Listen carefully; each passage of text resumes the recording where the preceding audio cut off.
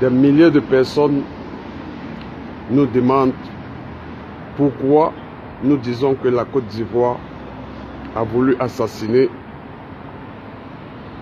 Guillaume Soro et que la Côte d'Ivoire n'a jamais voulu assassiner Guillaume Soro, que si tel était le cas, le président de la Côte d'Ivoire ne devrait jamais interdire au jet privé de Guillaume Soro d'atterrir sur le sol ivoirien, car c'était très facile d'autoriser l'atterrissage de l'avion privé du président Guillaume Soro afin de l'aspirer comme de l'air.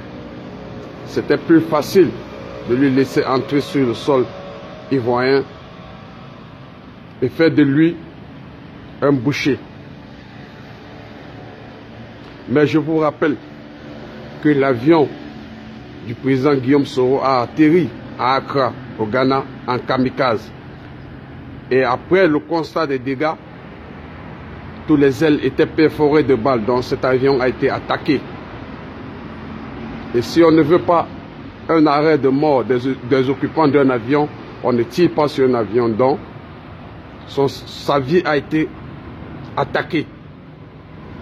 Voilà pourquoi, s'il dit qu'il doit retourner sur le sol ivoirien et que la Côte d'Ivoire lui est redevable, donc ça veut dire que si la Côte d'Ivoire refuse de le tendre la main, il est obligé d'utiliser les moyens forts.